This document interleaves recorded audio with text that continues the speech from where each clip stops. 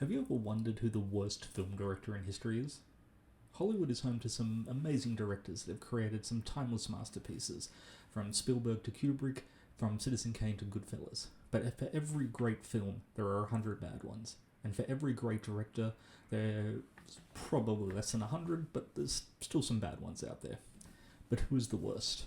Of all the bad movies made by bad directors, who is at the apex of the steaming pile of cinematic poop, sitting atop a golden brown throne of celluloid sewerage? Is it Boll? Is it Boll?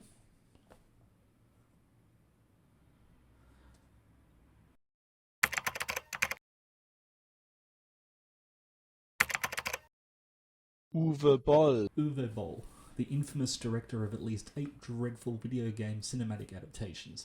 The man who not only challenged several film critics, plus Quentin Tarantino, to a boxing match, but actually went through with the fight and managed to beat one of them in the ring. Yes, it's him.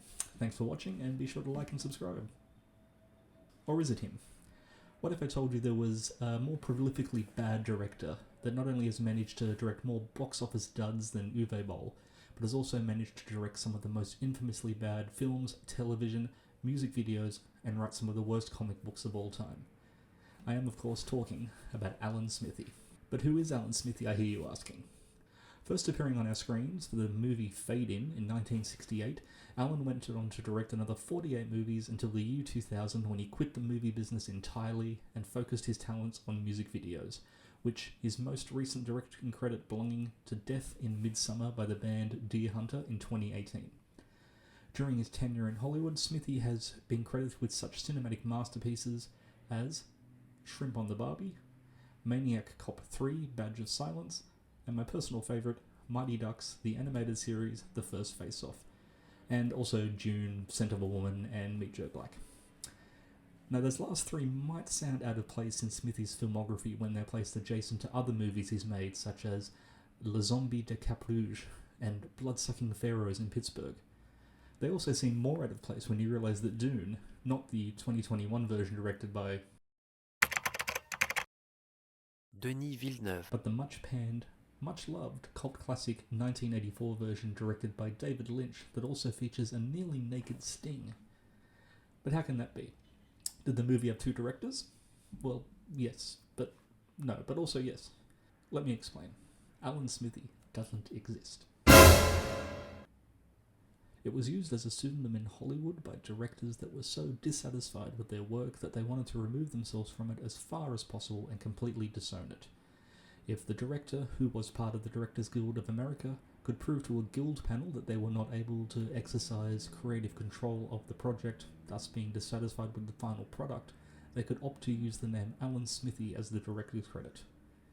They were also required not to publicly state or discuss the circumstances leading to their disownment of the project, or even acknowledge that they were the true director of the work in the first place.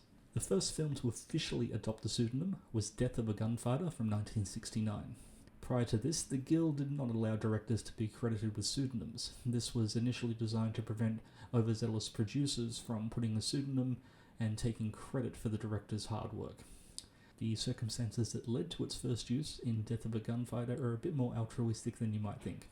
It wasn't because the director was unhappy with his work or creative control given to him. It was actually due to the film's lead actor Richard Widmark being unhappy with director Robert Totten's work and lobbied the studio to have him replaced partway through production. Don Siegel came aboard to the shoot about 25 days into production, and by the end of filming he had spent about 9 days completing Totten's work. It wasn't because the director was unhappy with his work on the film or the control given to him by the studio. It was actually the film's lead actor Richard Widmark being unhappy with director Robert Totten's work on the film and lobbied the studio to have him replaced partway through production. Don Siegel came aboard the shoot 25 days into production, and by the end of filming had accumulated about 9 days of directing on set. Despite the difference in number of days both directors worked on the film, by the end they each had about 50% of the film in the final edit. Replacement director Siegel considered the movie to be Totten's and refused to be credited, whereas Totten saw the film as Siegel's and didn't want to take credit for his colleague's work. But like the Council of Elrond, the Directors Guild of America soon convened to mediate the dispute, and came to the conclusion that the film was not representative of either director's visions. As a compromise, the DGA proposed to credit the film to Al Smith, but as the name sounded a bit too generic, it went through several revisions. Al Smith became Al Smithy, and finally Alan Smithy. Alan Smithy was deemed to be unique enough not to be confused with an actual living director, and thus the pseudonym was born. Upon release, the movie itself scored modest reviews from critics, as did its director. Roger Ebert gave the movie 3.5 out of 5, stating, "Director Alan Smithy, a name I'm not familiar with.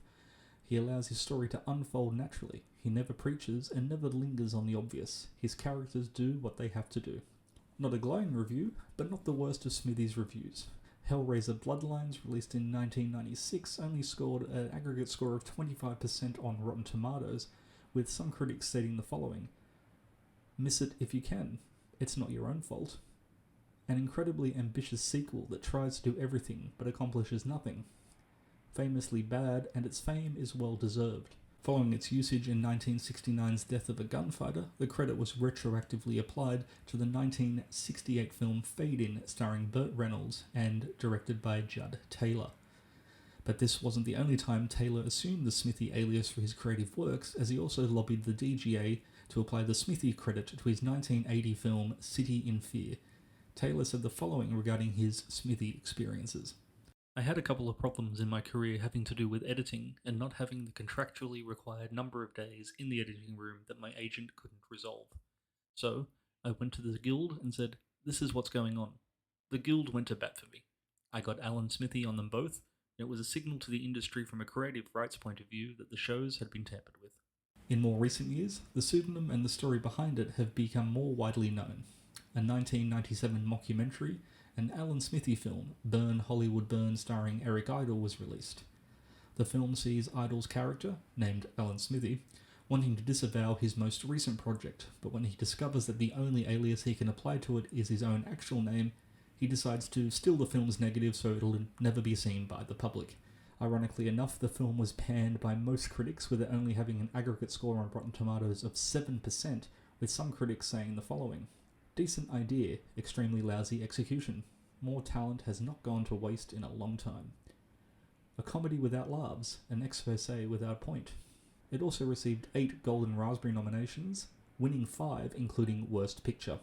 Prior to its release, director Arthur Hiller also had his director's credit changed to Smithy after the production company took control and preferred the final cut of the film completed by writer and producer Joe Etceteris over Hiller's own final cut. The events leading to the film's creation and negative reception surrounding its release set off a chain of events in the industry, which eventually led to the DGA officially discontinuing the use of the pseudonym in the year 2000. Rest in peace, Alan Smithy. But the Smithy legacy continues to live on outside of the purview of the Directors Guild of America, and it doesn't look like he'll be retiring anytime soon.